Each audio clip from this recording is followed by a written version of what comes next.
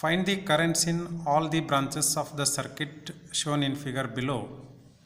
Use mesh analysis method. As you can see here, in this circuit there are two sources and three meshes.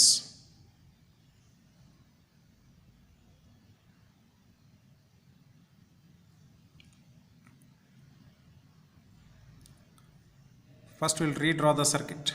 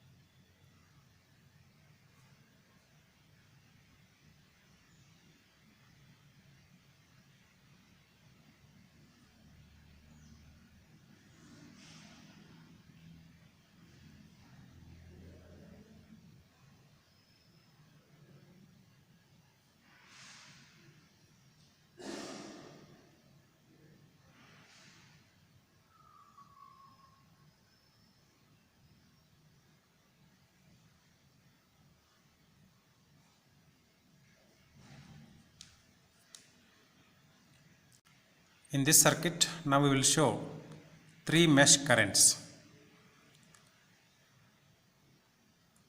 I1,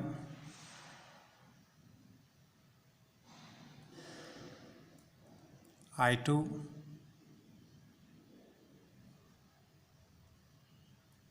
and I3. 100 volt source has voltage rise in upward direction, and 50 volt source also has voltage rise in upward direction. Now we will apply KVL to each mesh.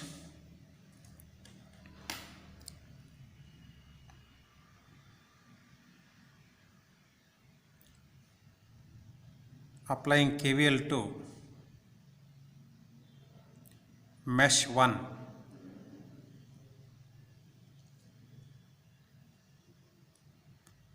In mesh 1 we are having 100 volt source. Mesh current I1 is flowing in upward direction through 100 volt source. So I have to take 100 volt as positive. 100 equal to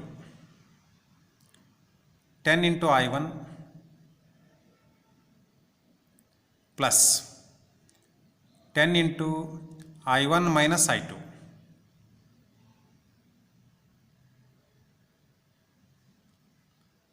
plus 10 into I1 minus I3 .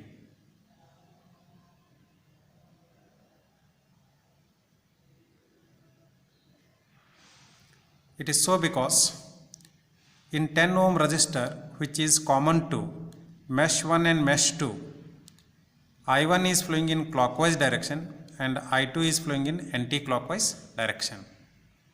Similarly, in 10 ohm resistance, which is common to mesh 1 and mesh 3, I1 is flowing downward and I3 is flowing upward. Since directions are opposite here, for current I1 and I3 through 10 ohm, we have to take I1 as positive and I3 as negative. You may get a doubt here. Why should I take I1 as positive? The mesh current of that mesh for which you are writing KVL should be taken as positive, and other mesh current should be taken as negative only when you have marked all the mesh currents in clockwise direction.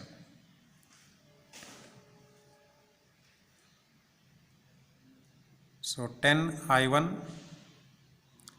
plus 10 I1 minus 10 I2 plus 10 I1 minus 10 I3.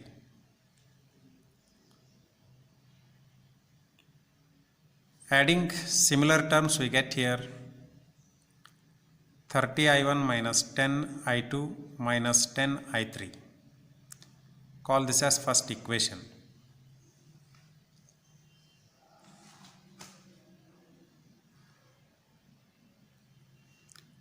Next, applying KVL to mesh 2.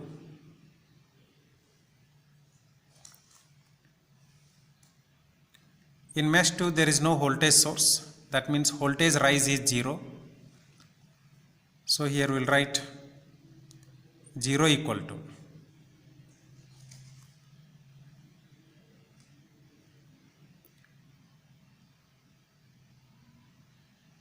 voltage drops sum we have to write now. First I will take this 10 ohm resistor. Drop in 10 ohm resistor is I2 minus I1. I have to take I2 positive because I am writing KVL for mesh 2. I have to take I1 as negative because I am not applying KVL to mesh 1.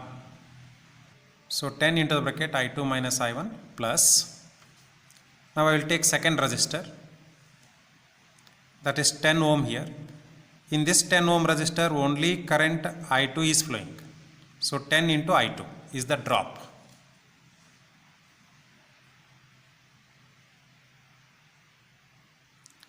Now I will take remaining resistor which is common to mesh 2 and mesh 3. Now drop in 10 ohm resistor here is 10 into I2 minus I3.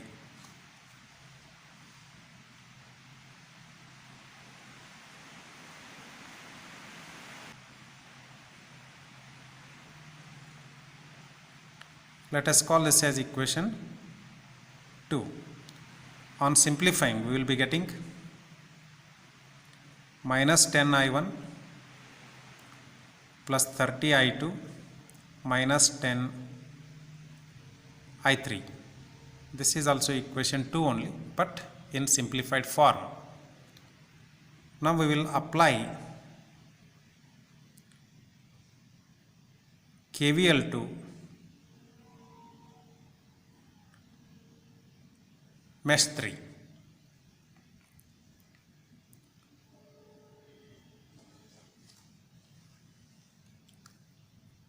Now you see voltage rise direction is upward and current I3 is flowing through this branch in downward direction, right?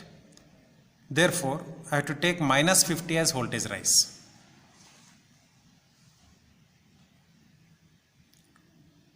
So minus 50 equal to,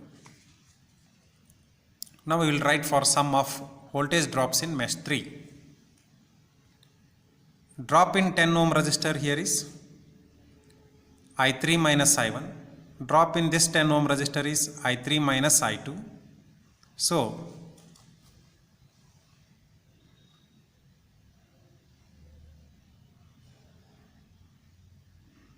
ten into the bracket I3 minus I1 plus 10 into the bracket I3 minus I2. On simplification we get minus 10 I1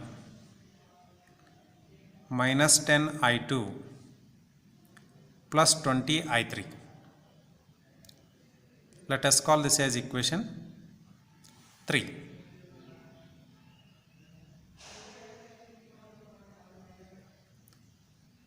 Now we will solve these three equations using calculator and get I1, I2 and I3 values. Solving we get I1 equal to 3.75 ampere, I2 equal to 1.25 ampere and I3 equal to 0 ampere. Now we will draw the circuit and show the branch currents using I1, I2 and I3.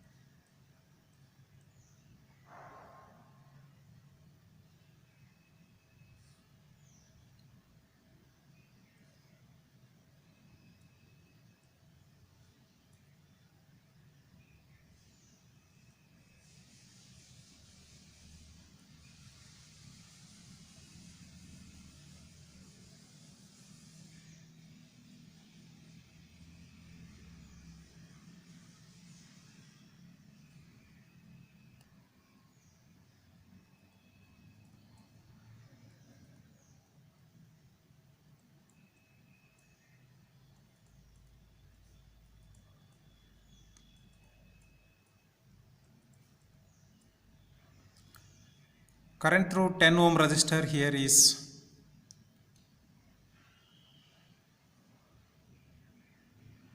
I1, and I1 is 3.75 ampere. Current through the 10 ohm resistor here is I1 minus I2.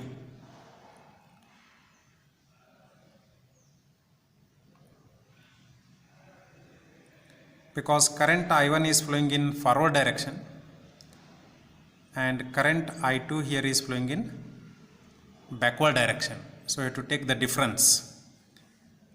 And what is I1 minus I2? I1 minus I2 is 2.5 ampere. 3.75 minus 1.25. So here we will get 2.5 ampere.